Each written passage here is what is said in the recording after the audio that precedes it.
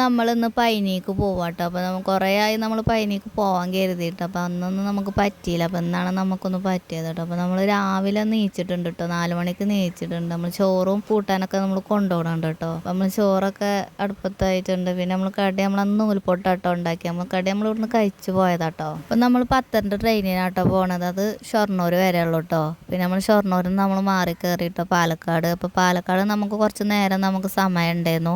അപ്പോൾ നമ്മൾ പാലക്കാട്ടിൽ നിന്നാണ് നമ്മൾ ചോറൊക്കെ കഴിച്ചത് കേട്ടോ. അപ്പോൾ ചോറിന് നമ്മൾ അവിയലുണ്ട്, സാമ്പാറും അതുപോലെ അച്ചാറും ഉണ്ടായിരുന്നു കേട്ടോ. അപ്പോൾ അവിടുന്ന് നമുക്ക് 5 മണിക്കാട്ടോ നമുക്ക് ട്രെയിൻ ഉണ്ടായിരുന്നത്. അപ്പോൾ ട്രെയിനൊക്കെ വന്ന് നമ്മൾ പൈനിയിൽ എത്തിയിട്ടുണ്ട്. അപ്പോൾ നമ്മളവിടുന്ന് റൂമൊക്കെ തരാൻ കുറച്ചൊന്ന് പെട്ടു കേട്ടോ. നമ്മൾ ആദ്യമായിട്ടാണ് ഒന്ന് പോണത്. അപ്പോൾ നമുക്ക് റൂമൊക്കെ കിട്ടിയത് 3-ാം നിലേൻ്റെ മേലേന്ന് കേട്ടോ. അപ്പോൾ നമ്മളിതാ അവിടുന്ന് നമ്മൾ അമ്പലം കാണുന്നുണ്ട്, ആ കാഴ്ച കേട്ടത്.